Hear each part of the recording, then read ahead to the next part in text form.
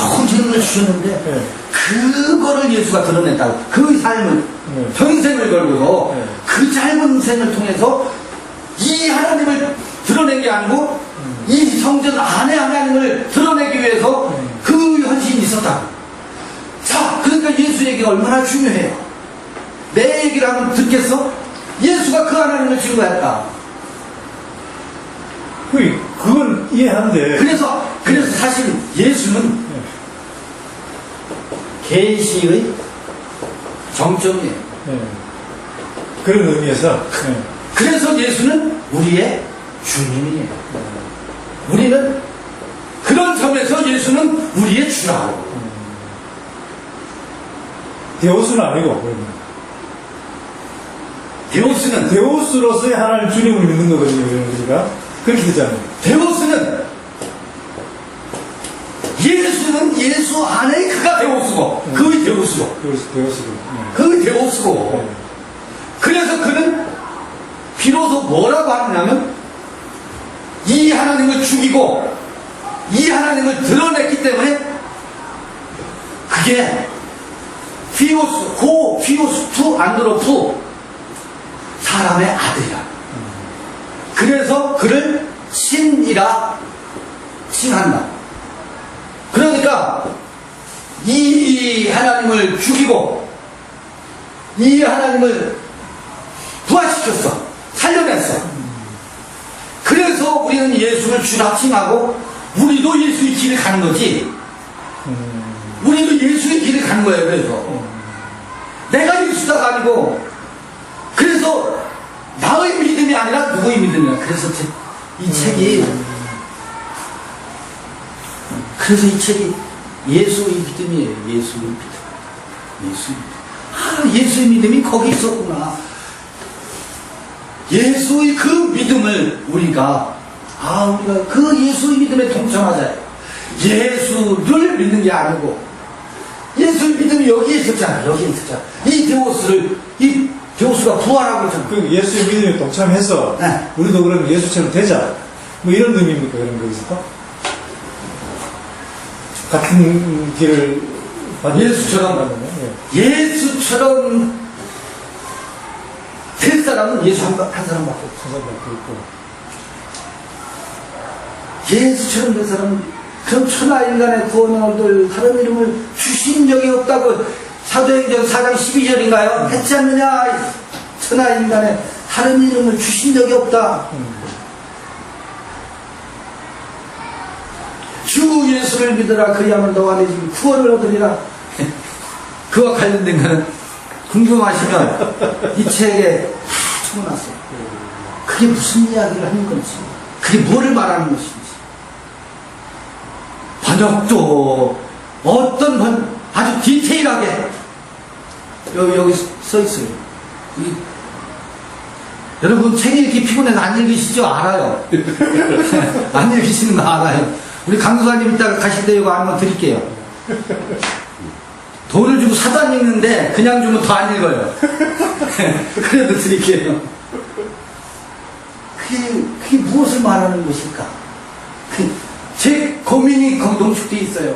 왜 전들 내가 아까 말씀드린 것처럼 감리교회에서, 침례교회에서, 순복음교회에서, 장로교회에서 배웠던 교리들이 이미 들어와 있던 그 세계가 내 안에서 얼마나 갈등과 고민과 고뇌의 시간이 없었겠어요. 이게 뭐지? 이 질문의 시간들이 없이 그냥 마구제비로 하겠어요. 마구제비 했다가 지금 어느 세상인데, 투명한 세상인데, 논거가 없이 나름의 논거를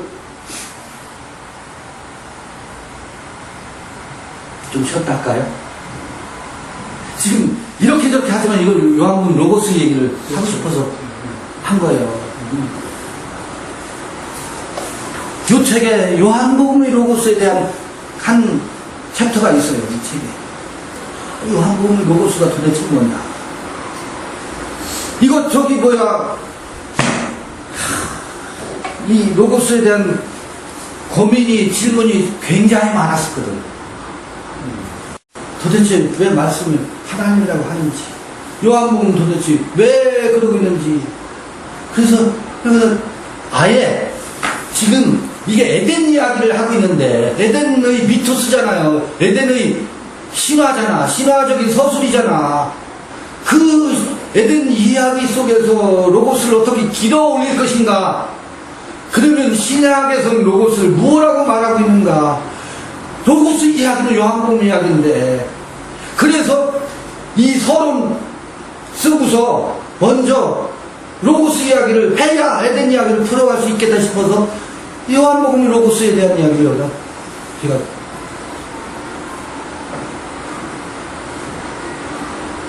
서술해놨습니다. 이건 제 추론이나 논리적인 사고에 의해서 한 게 아니에요. 송구합니다. 나름 뜨거운 가슴이 요동쳐서 한 것이지. 요동쳐서.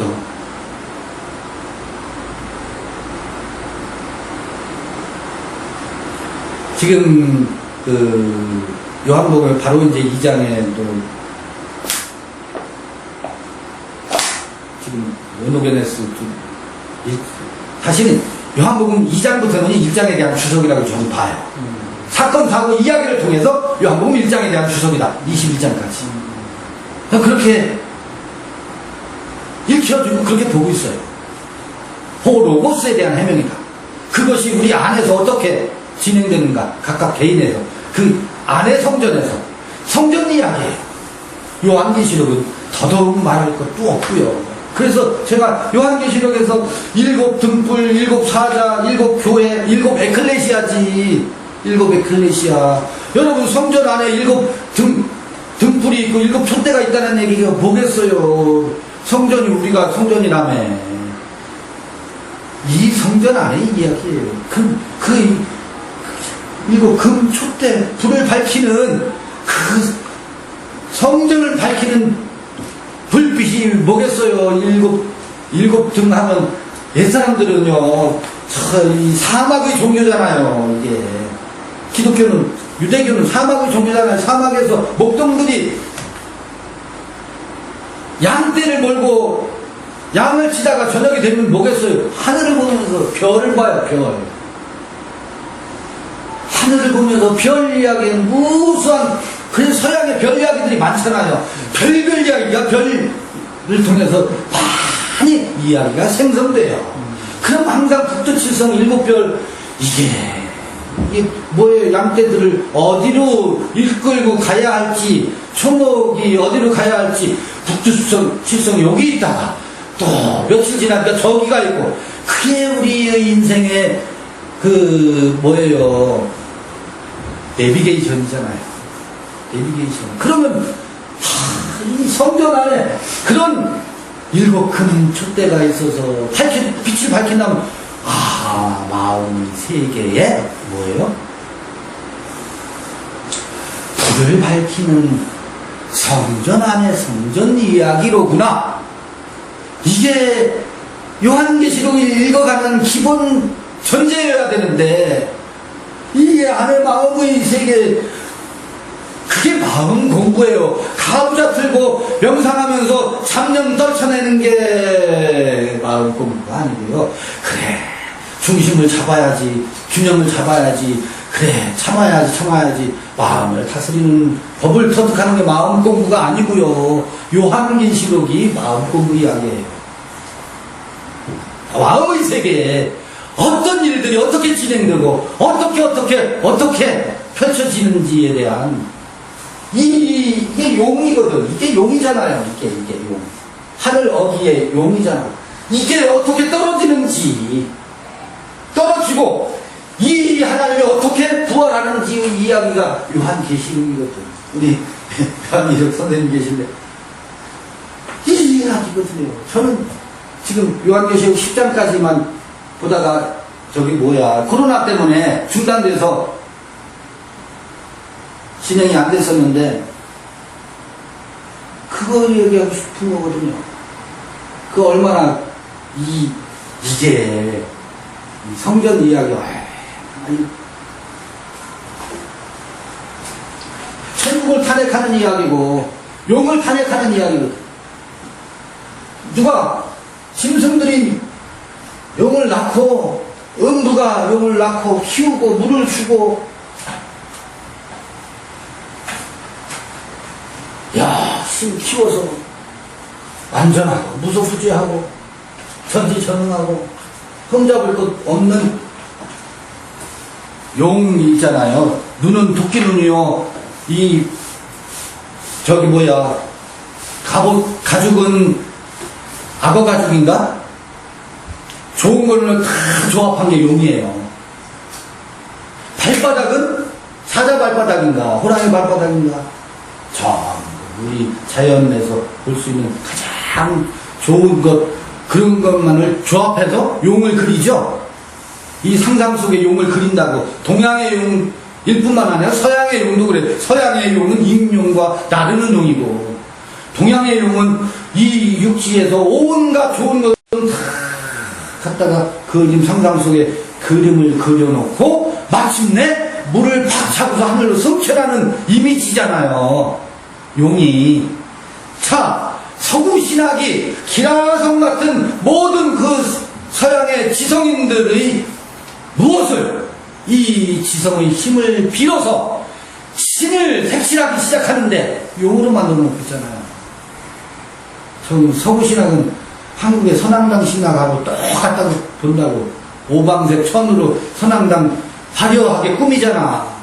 서구 신학은 용을 그리는, 그것도 어설픈 무식쟁이들이 하는 게 아니고 최고의 지성인들이 그림을 그리고 있다고. 용을 그리고 있다고. 완전체로. 신의 완전체. 인간이 상상할 수 있는 완전한 그림을 그려놓고 우리는 그 용 앞에서 구원하소서 하고 있잖아요. 그게 용이 떨어지는 이야기가 요한계시록에 나오고 있는 거예요.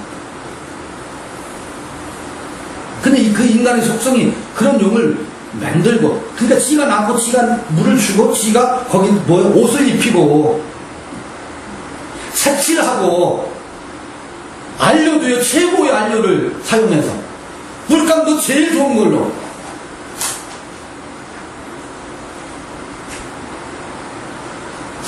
그 용을 하나씩 탄핵하는 이야기가 요한계시록. 그래야 누가 살기 때문에 우리가 살거든요. 우리 각자가 살아나거든요. 요한계시록 마음공부 얘기예요. 그런 점에서.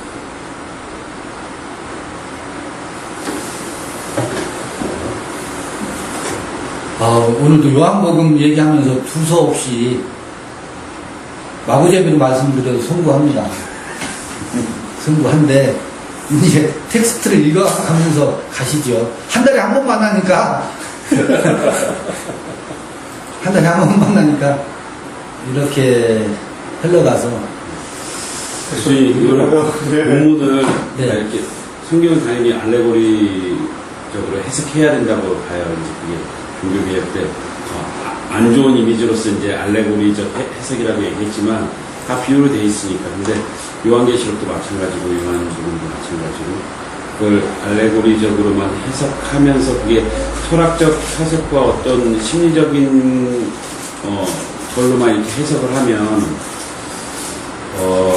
우리가 땅을 밟고 사는 이 네. 현재 세계의 어떤 이런 부분들을 이렇게 외면하게 될 것 같은데, 저는 이게 얼마든지 비유적으로 해석을 해도, 알레고리적으로 해석해도 그걸 역사적 사실과 모든 것을 역사적인 실제로 받아들이면서도 그것을 알레고리적으로 해석할 수 있다고 보거든요. 이게 알레고리적 해석 아니에요.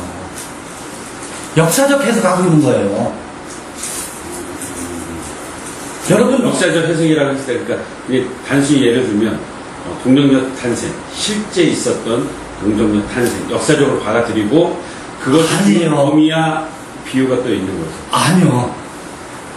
근데 이제 지금 예. 말씀하실 때 이거를 알긴 스토리로만 또 이렇게 받아들이는 부분들이 있으시니까.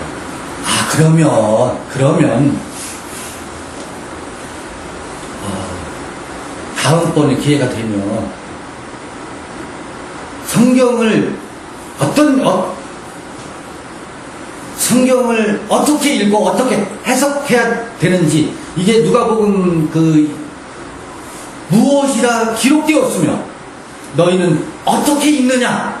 요게 예수와 사마리아 이야기가 나오기 전에 선한 선생님이여 우리가 무엇을 하여야 영생을 얻으리까? 라고 하는 어떤 이의 질문에 예수께서 그래 성경에 무엇이라 기록되어 있으며 너희는 어떻게 읽느냐?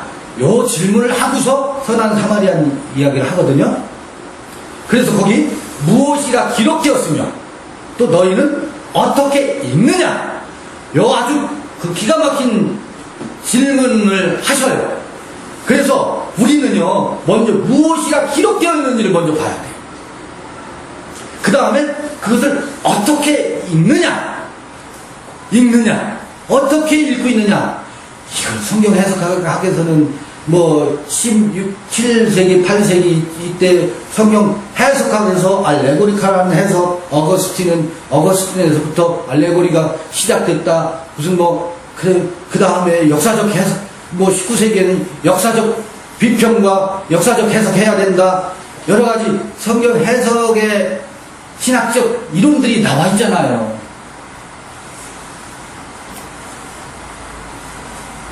어떻게 무엇이라 기록되어 있고 어떻게 읽는지에 대한 제 관점을 기회가 되면 한번 하고서 요 한번 읽어서 좋겠어요. 알레고리 아니에요. 알레고리 아닙니다. 알레고리 칼 한 부분이 있겠지. 왜? 비유는 비유 해석을 해야 되니까.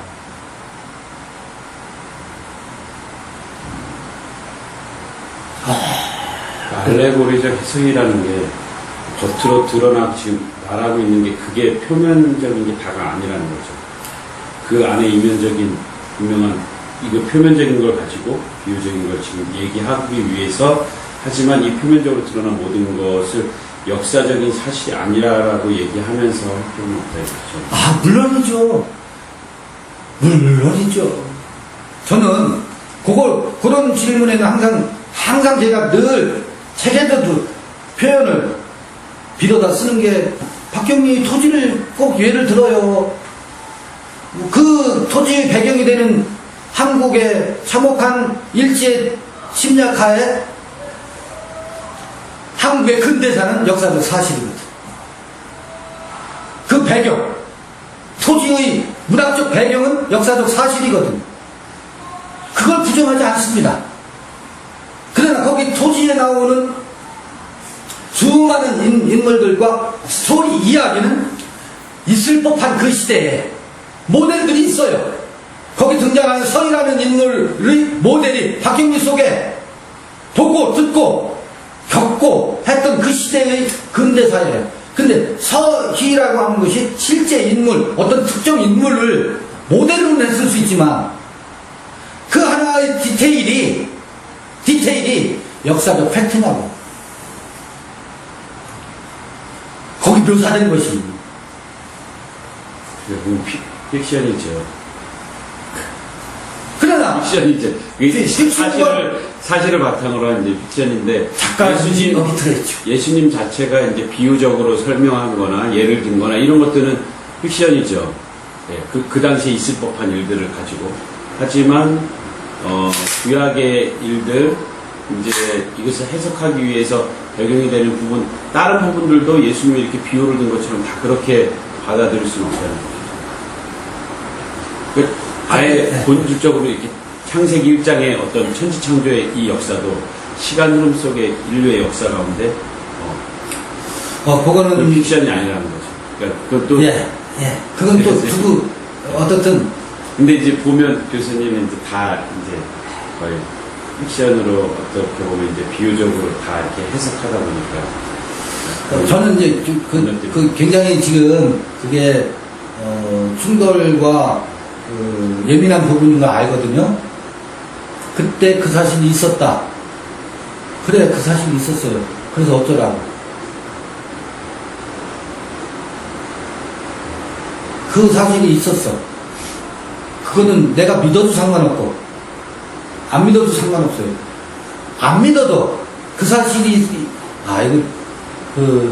최아무의 목사께서 뭐 몇 년도에 태어났대. 역사적 사실이죠. 근데 나는 그거 안 믿어. 그럼 그 사실이 부정되나요? 나 그걸 믿어. 그럼 다시 돋보이나요? 그건 믿거나 안 믿거나.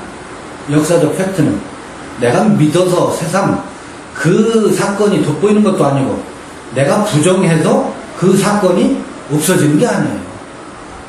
그건 믿음이 대상이 아니에요.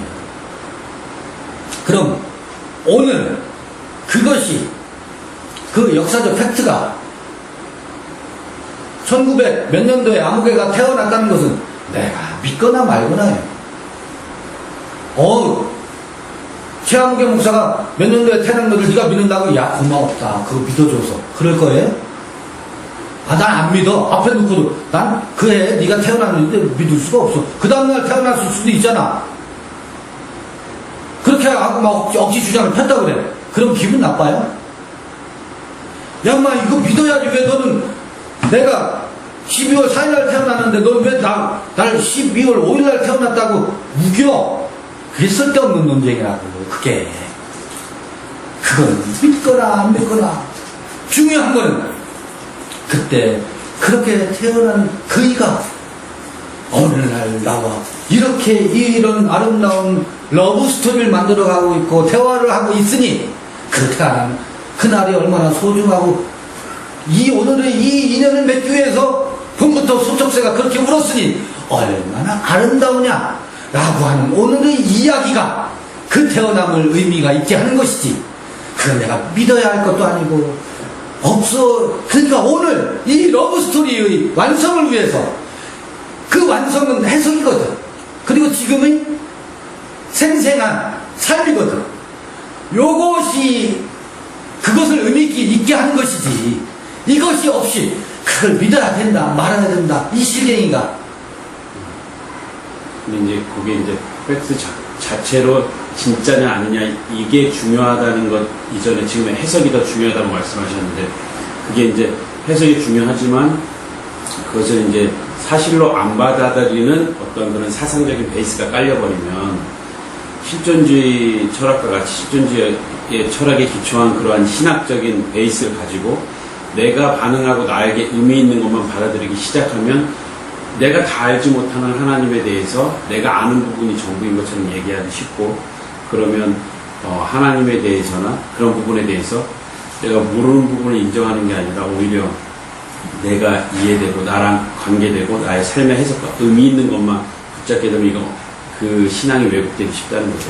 그래서 이게 중요하다는 거죠. 네. 이제 저는 이제 오르신 말씀인데 쓸데없는 염려라 이거지. 오르신 말씀인데 지당하신 말씀인데 끊임없이 지가 하는 게 전부 아니에요. 지가 하는 건 지일 뿐이지. 자기 자신의 삶을 소중히 여기고 한 걸음 나아갈 뿐이지. 그게 전부이겠어 어디. 그래서 우리가 더더욱 중요한 것은 내가 하는 게 결코 전부 아니에요. 내가 하는 건 나일 뿐이야. 한 분 한 분 각자의 스토리, 히스토리가 중요하지. 그 이야기가 중요하지. 각자 한 분 한 분의 이야기를. 그래서 저는 걱정 안 하셔도 된다고 봐요. 그거를 도그마하면 자기를 중심으로 해서 우주가 돌아간다라고 교주를 옹립하는 데 쓰지. 그런데 내가 드러나잖아요. 내가 드러나면 우주는 나 중심이 아니에요. 그가 드러나는 것을 끊임없이 지켜보고 바라볼 뿐이지. 예수는 그 점에서 위대한 거예요. 그를 베드로 드러나게 하기 위해서 베드로의 환상을 깨기 위해서 자기를 십자가에 못 박잖아요. 이거는 저는 듣도 보도 못한 이야기예요. 어떤 이야기도 읽어보지 못한 이야기. 그러니까 이 성경에 생명력이 있는 것이 이게 팩트냐 아니냐 이런 이야기가 어디서 들어봤어요? 이 이야기가 뭐 팩트냐 아니냐와 상관없이 이 이야기 자체가 갖는 위대한 힘이 있어요. 이 진짜냐 가짜냐 역사적 사실이냐 아니냐와 전혀 상관없이 정에도 없어지잖아요. 그 이야기가 갖는 위대한 힘이 있기 때문에. 동정녀 탄생 이야기 얼토당토 하는 이야기죠. 그게 왜 생명력이 있게요? 얼토당토 하는 이야기 같은 그 속에 나는 있으니까. 그래서 저는요 지금 말씀하신 그런 그 신학적 견해 있잖아요. 다 근데 이 이야기가 가진 힘을 몰라서 그렇다고 봐요.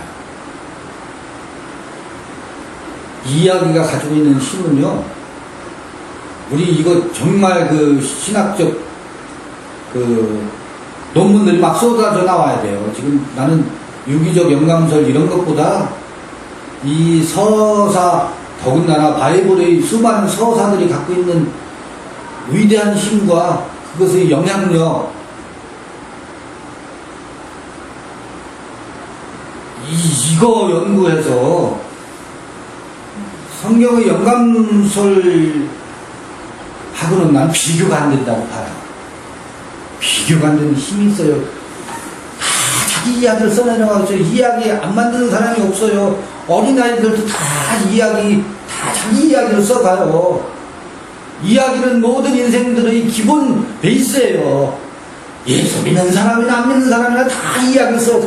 그러나 그 이야기들이 의뢰껏 그저 있어도 되는 이야기, 쓸데없는 이야기여서 그렇지 모든 인생들은 이야기 속에서, 이야기 바닷속에서 살고 있어요. 왜 우리가 여기 있는데? 나는 왜 이러고 있을까? 내 이야기를 쓰기 위한 거예요. 자기 이야기를 만들어 간다고. 그 이야기 중에서 이렇게 정선돼서 인류의 위대한 문화유산으로 전승되어 내려오고 있다는 이 이야기의 위대성. 토지요? 그거 몇 년 후면 한국의 고전은 남아있겠지. 인류의 고전이 되겠어요?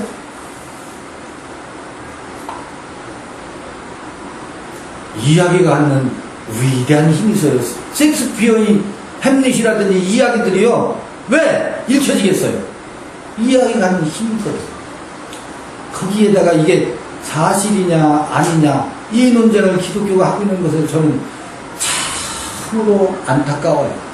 그 논쟁할 겨를이 없어요. 이야기가 우리에게 지금 발언하고 있는 그 명료한 영성을 기기울이기도 바쁜데 이 이야기가 팩트냐 아니냐 이 논쟁을 할 이유가 뭐냐고. 저는 역으로 그걸 묻고 싶은 거예요. 팩트면 어떻고 아니면 지어 만든 이야기는 어떻겠어? 그게 무슨 상관인데.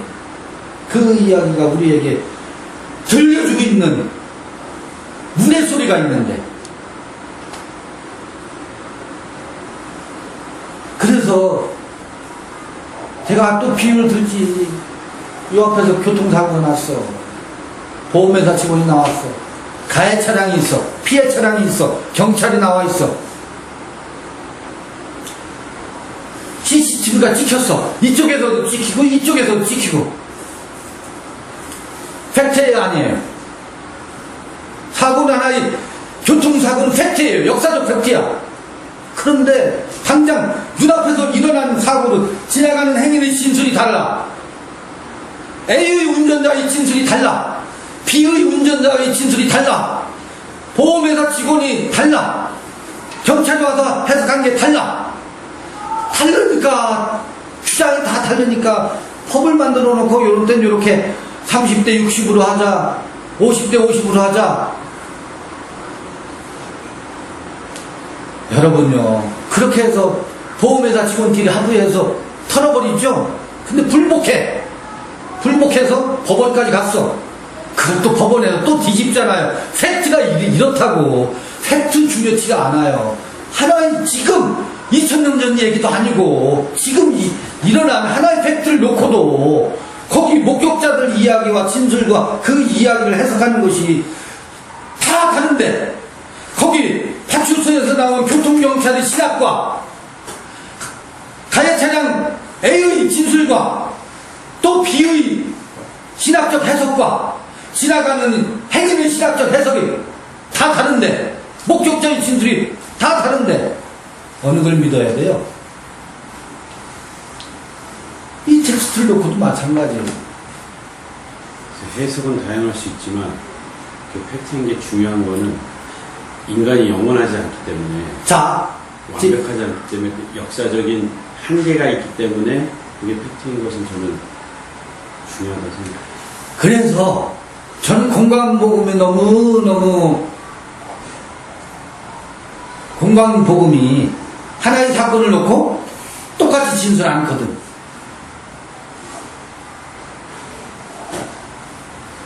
여러분 성경 병행구 연구를 한번 해보세요. 똑같은 하나의 사건을 놓고 마태의 기록과 마가의 기록과 누가의 기록 있잖아요. 그 책 나와 있어요. 본문만 그 병행구 연구할 수 있도록 우리가 성경을 안 찾아도 이미 그런 자료들이 많이 나와 있어요. 그걸 가지고 그 맥락을 어떻게 마태는 기술하고 있고 마가는 어떻게 기술하고 있고 누가는 어떻게 기술하고 있는지 역사적 하나의 팩트를 놓고도 그래서 공관복음이라고 하고 있지만 공관이 아니에요. 마태의 시각이지. 미묘한 차이가 있어요. 미묘한 차이를 통해서 우리가 해석자가 그걸 종합적으로 나의 해석을 찾아내는 거. 그때는 뭐예요? 내 시각이지. 마태의 시각을 참조하고 마가의 시각을 참고하고 누가의 시각을 참고해서 내 시각을 형성하는 거지. 해석이라는 게 내 시각이거든요. 그 얘기는 뭐예요? 마가의 이야기를 써내려가는 게 아닙니다. 마가의 이야기를 통해서 내 이야기를 써내려가는 거지. 이게 해석이거든. 해석은 사유이기도 해요. 사유는 아까 나는 길이다라고 했던 그 길을 자기 길을 가는 거예요. 내 길이야, 내 해석이. 그게 알레고리냐 뭐냐 그건 뭐 또 내 해석에 대한 각자의 반응이고 그 해석에 대한 그들의 반응이니까 그건 또 그들의 몫이야. 그게 맞으면 어떻고 틀리면 어떻겠어요. 나는 그렇게 봤는데 그 교통사고 현장은 난 다만 나중에 제가 여기 서서 봐서 요렇게만 봤을 수 있군요. 그쪽에서 그 CCTV 보니까 또 그렇게 보이네요. 나는 근데 여기서 이렇게 봤어요. 그렇게 진술하면 돼. 내 진술이 틀렸다 맞았다 할 이유가 있어요 없어요? 나는 그렇게 봤는데 뭐.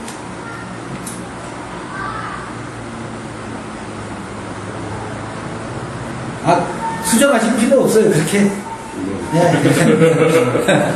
그냥 저는 제 이야기를 하는 거예요. 이게 해석이에요. 해석이에요. 제 이야기에 결코 동의할 필요가 없습니다. 왜? 그건 지 말일 뿐이니까. 나는 그렇게 본다지.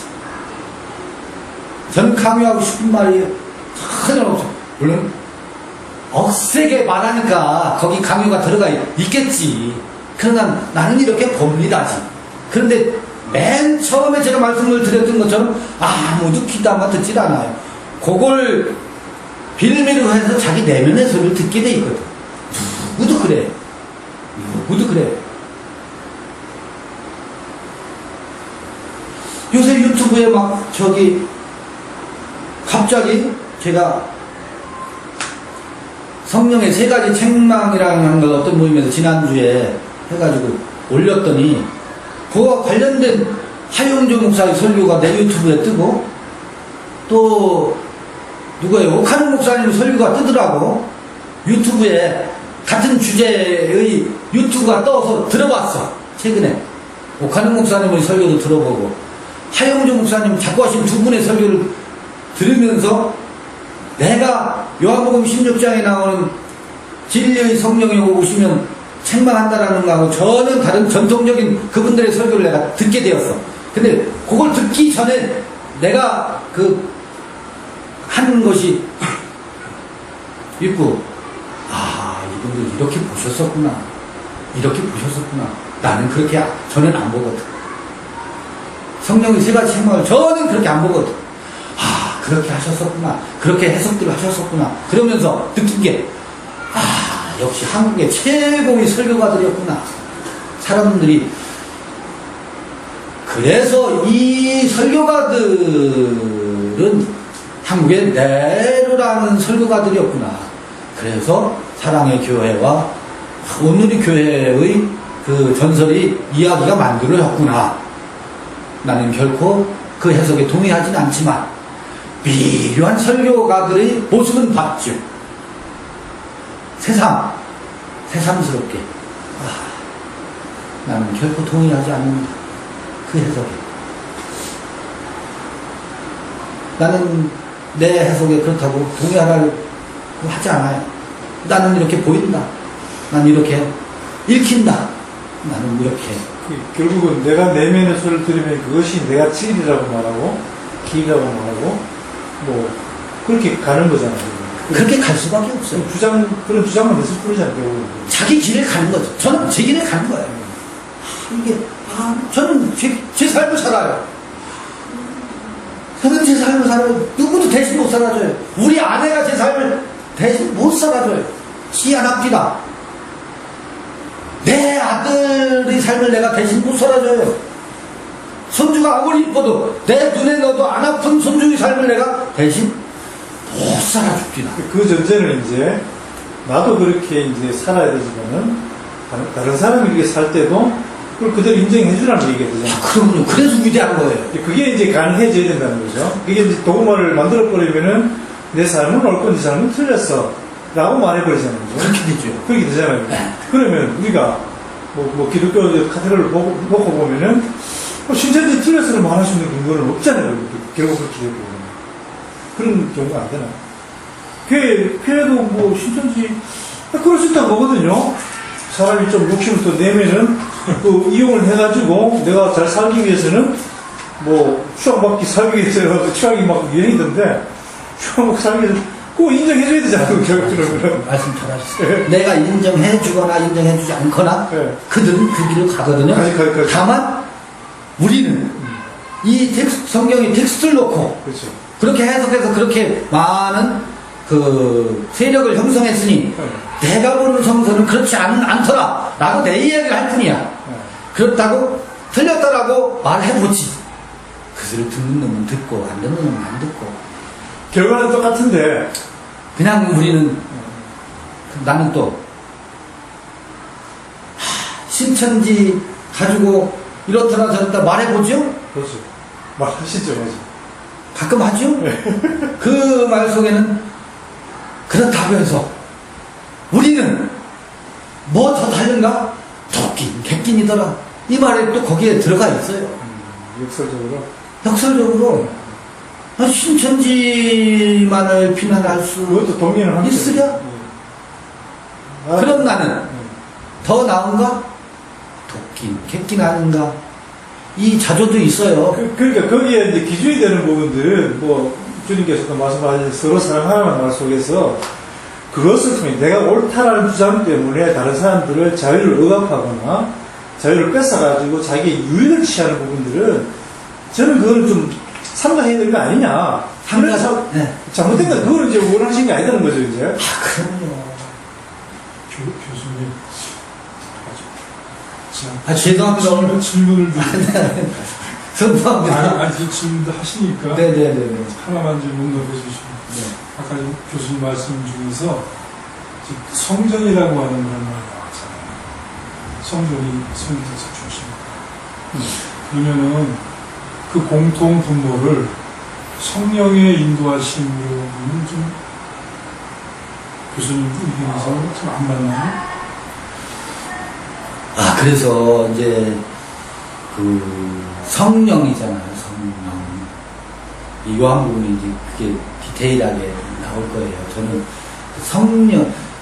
성령도 지금 용인돼 있다고 보는 입장이거든요. 지금 시점에서는 이 시대가 그 유통하고 있는 성령론이 있잖아요. 신천지가 됐든 교회가 됐든 그 하기오스 푸누마인가 거룩한 영인가 거룩한 영으로 보지 않고 있거든요. 정말 거룩한 영은 거룩한 영이 성전은 네. 하나님의 임재가 중요하다. 그 하나님의 임재가 도대체 무엇일까를 이제 이게 근데 이제 인간의 측면에서가 아니라 우리가 그것을 인지하든 인지하지 못하는 네. 절대자이신 하나님의 입장에서 네. 예를 들자면 이런 거잖아요. 이스라엘 백성이 바벨론 70년 포로 잡혀갔다가 그게 이제 돌아오잖아요. 네. 하나님이 말씀하시는 건 성전 지으라는 거예요. 물론 이제 건물의 성전이지만 네. 수룹바벨의 성전 2차 성전을 짓는다는 거예요. 학교와 스가랴를 통해서 수룹바벨과 네. 여호수아를 통해서 이제 성전이 지어지는데 뭐라고 말씀하면 이렇게 말합니다. 힘으로도 안 된다. 능으로도 안 된다. 근데 하나님의 영으로 된다. 네. 그러면서 이제 일곱 영에 대한 얘기를 하거든요. 네. 그러니까 우리가 그 성령의 인도함을 받든 못 받든 그걸 얘기하는 게 아니라 교수님 말씀하신 것처럼 절대적인 측면에서 볼 때 하나님의 성령의 인도하심을 통해서 성전이 지어진다 그러잖아요. 네. 그러니까 저는 100% 동의하거든요. 그 하나님의 성령의 인도하심을 말씀하는 거지 네. 사람들이 뭘 그것을 잘못 왜곡하고 하는 그런 의미의 말씀드리는 게 아니거든요. 네. 네. 1차적으로는 절대적인 하나님의 영의 인도하심을 저는 말씀드리는 거니까 네. 그런 공통분모에 의해서 네. 모든 사람들이 하나님의 성전으로 지어가는 것이라면 네. 네. 그러면 그 성령의 인도하심을 우리가 향해서 나아갈 수 있다면 네. 물론 부족해요. 네. 실수할 수 있고. 그러니까 인간이 어떻게 나아가느냐 하는 측면을 얘기하는 게 아니라 네. 네. 하나님의 성령의 인도하심에 대한 초점 네. 그걸 말씀드리는 거예요. 전 100% 동의하거든요. 근데 그게 불가능하다는 거는 아니요. 지금 짚어주시는 것은 요한계시록뿐만 아니고, 전 지금, 그 굉장히 저는 굉장히 그 부분에 집중해야 되는데, 그 전에 우리가 이해하고 있는 성령이 있잖아요. 그 성령인가 혼탁한 영이 돼 있어서 지금 말씀하신 그 부분이 바로 거길로 들어가지 못한다라고 저는 보고 있는 입장이에요. 예수님이 부활하신 다음에 제자들에게 네. 성령을 받아라. 네. 그 성령을 말씀하는 거거든요. 자, 예수께서 부활하시고 난 다음에 성령이잖아요. 네. 요한복음 이거 쭉 나가면 그 부분을 정말 지금 내가 건너뛰고서 그 말씀에 바로 답을 하려니까 설명이 좀 어려움이 있어요. 그러니까 교수님 말씀하신 것처럼 왜곡이 되어 있고 거기에 이렇게 뭔가 이렇게 어떤 그런 이렇게 뭔가 먼지가 끼어 있고 동의하거든요. 그러니까 그 전에 그 연관해서 이렇게 한번 말씀 한번 드려볼게요. 이게 푸뉴마는 푸뉴마인데 하기오스 푸뉴마라고 하거든요. 죄송합니다. 어떻든 하기오스라는 말은 거룩한이다. 거룩한 영이다. 요게 어느 때 오느냐면 거룩한 영은 어느 때 오느냐면 예수가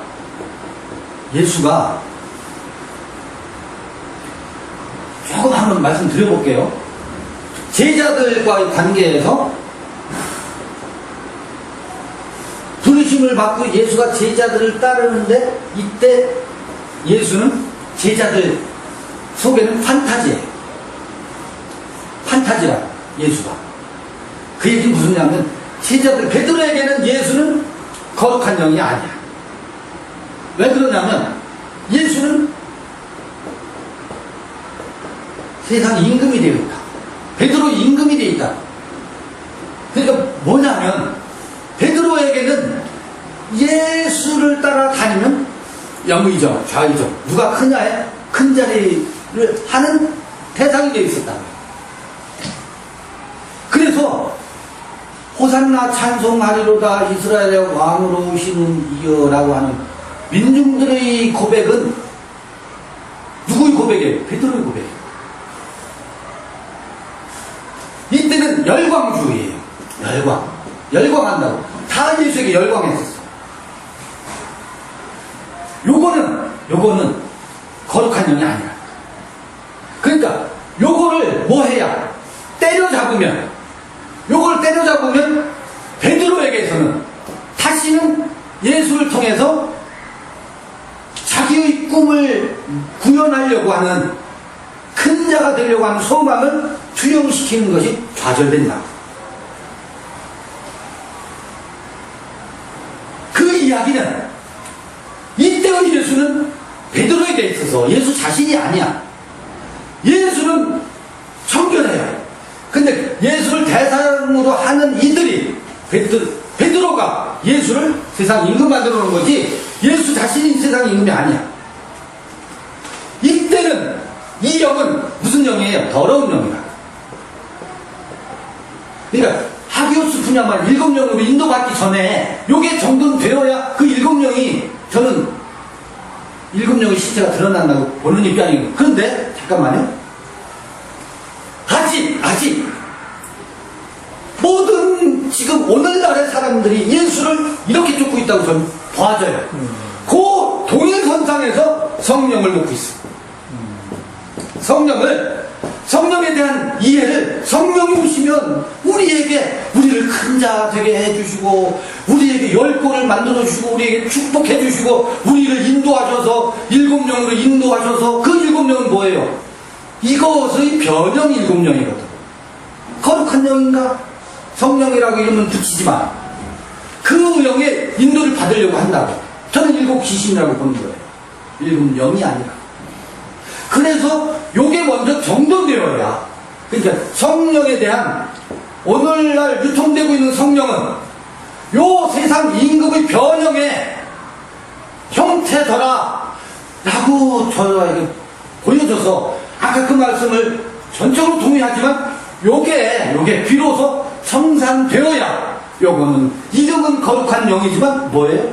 세상 임금의 뜻을, 자기 욕망을 성령에 투영시켜서 그걸 구현하려고 하는 인간의 욕망이 수용되어 있는 성령이다 해서, 성령이 아니라 성전, 복마전이라는 보는 거죠. 복마전에 요거를 성경에서 말하고 있거든요. 요거를 하교수 푸누마라고 않고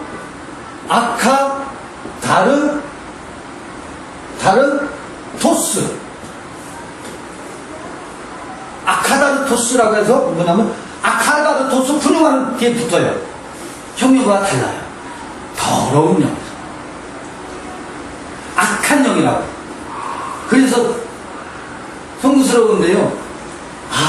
우리가 겉으로는 성령이라고 말하는데 7영의 인도를 받아야 된다고 말하면서 복마전을 일구고 있는 것은 아닌가. 요거 문제 제기하는 거예요. 그러니까 요게 되면 오늘 말씀하신 거는 동일해요.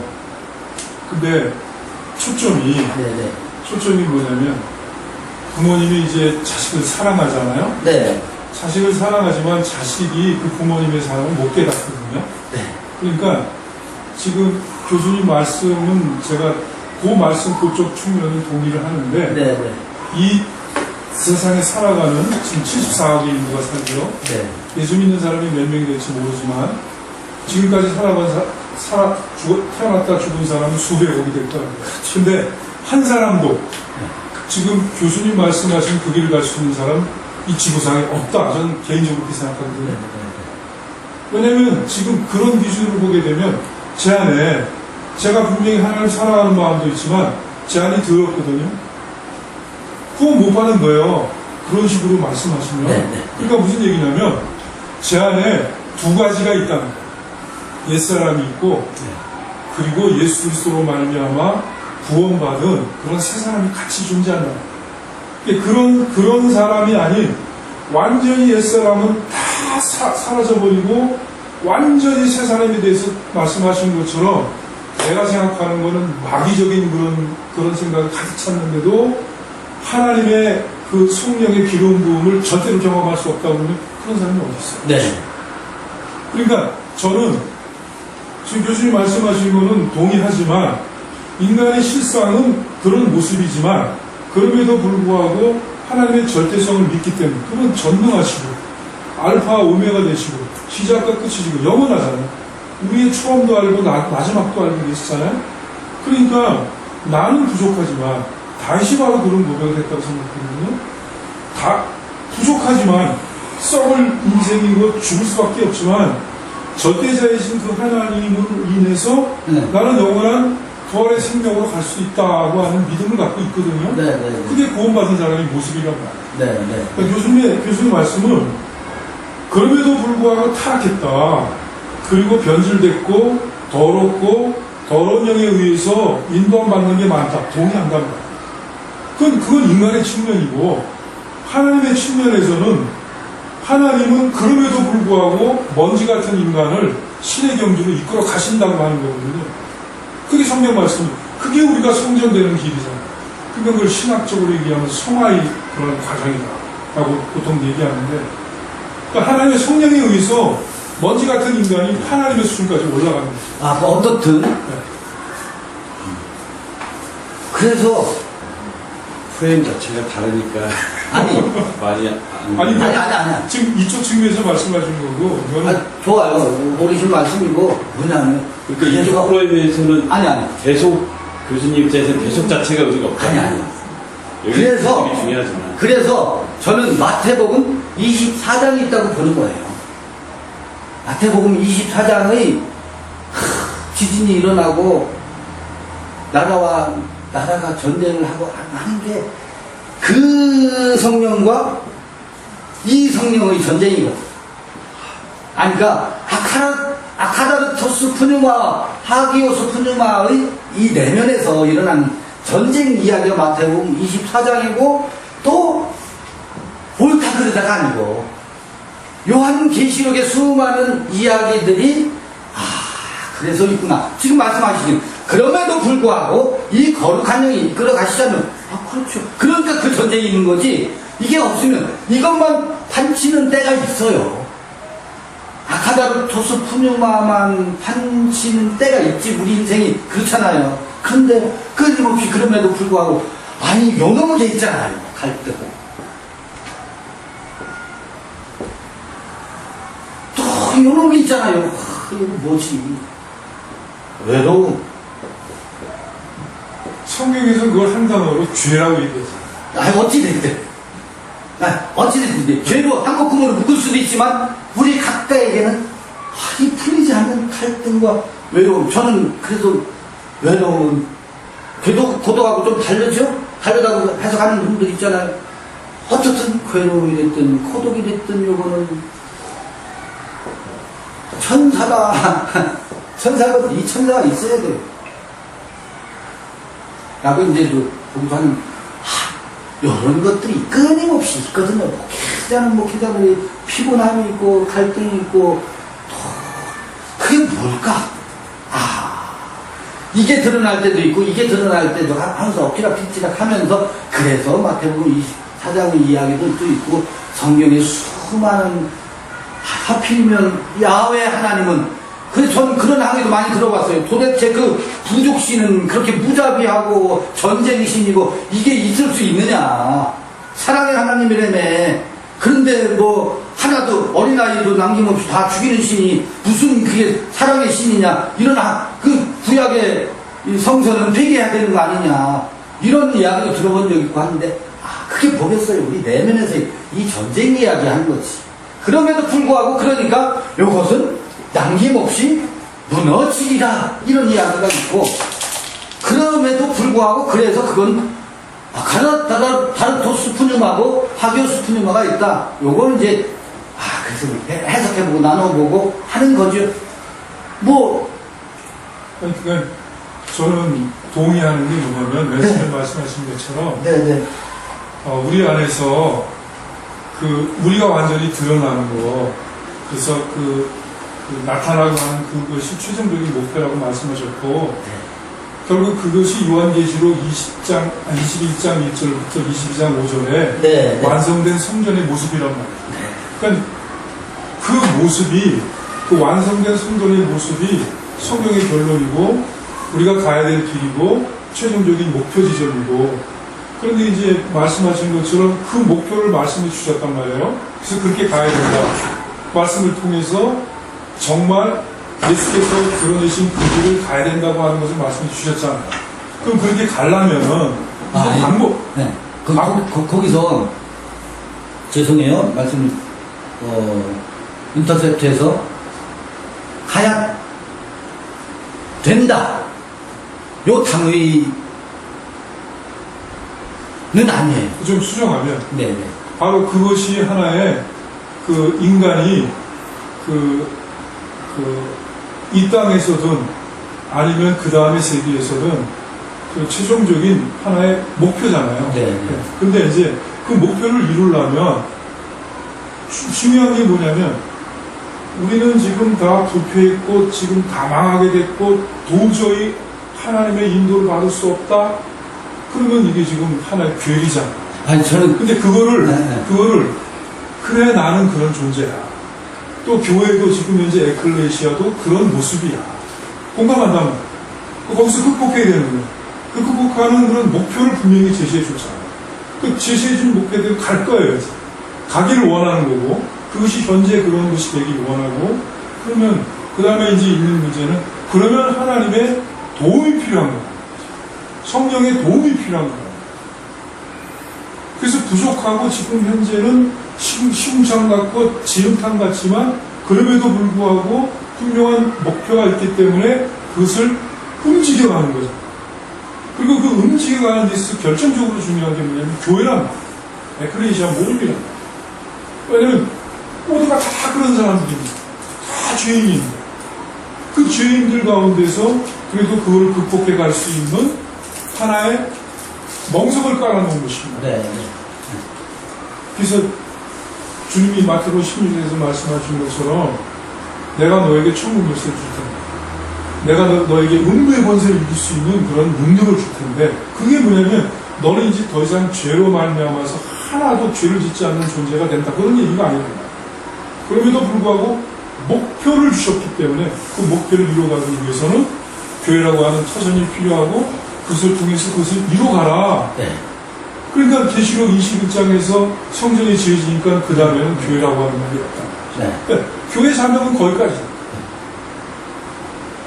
그래서 저는 교수님 말씀하신 거를 이쪽 측면에서는 공감하고요. 네, 네. 현실적으로 그걸 극복해 가야 된다고 하는 거 공감하고 네. 근데 그걸 구체적으로 공감해서 그 목표를 향해서 나아가는 방법은 인간으로부터는 답이 없다. 오직 예수를 통해서 성경을 통해서 교회를 통해서 믿음을 통해서만 답을 찾을 수 있는 게 아닌가라고 하는 게 저희 네네네. 견해죠. 네네. 교수님하고 다투려고 그런 게 아니, 측면이 조금 이렇게 다른 측면이다라고 네, 하는 네. 거죠. 그 이제 제가 교수님도 변명을 할 땐 이렇게 해요. 야, 이제 제가 편한 친구들한테, 야, 내가 안 해도 그들이 다 해. 얼마나 교회 열심히 내고 성전 건축을 위해서 나까지 거기다 힘을 보태지 않아도 그들이 열심히 한다니까. 그러니까 나까지 거기 가서 삽을 얹어야 돼? 나는 그렇게 열심히 만들었잖아. 예수도 그시잖아. 예루살렘 성전 다시 지은 성전이잖아. 물론 헤롯 궁전이고 헤롯 성전이기도 하지만 아름답게 지어진 성전을 왜 하려고 그러지? 그 성전이 있어야 흩어져 있는 유대인들이 절기 때마다 모이고 거기서 시오니즘을 형성하고 하나님을 향해서 오는 그 성전을 이 양반은 왜 하려고 그럴까? 심술도 참 그것도 그 역할이 있는데 있죠. 그 역할이 있지. 그러나 그거는 인생들이 하지 말라기도 하는 저는 이 처음 사람들은 그걸 하게 되어 있거든요. 그 다음에는 그 역할이 끝나면 두 번째 사람으로 나아가야 되는데 그 처음 사람은 두 번째 사람을 지시하지 않거든. 그러니까 그건 그들이 하니까 하지 말라 해도 한국교회는 세계 유례 없는 부흥의 길을 가고 있으니까 나는 거기에다가 삽을 붙을 일 없다. 다만 이제 한번 넘어갑시다. 그게 내 몫인 것 같아. 근데 저도 잠깐 이거 한번 인터셉트하면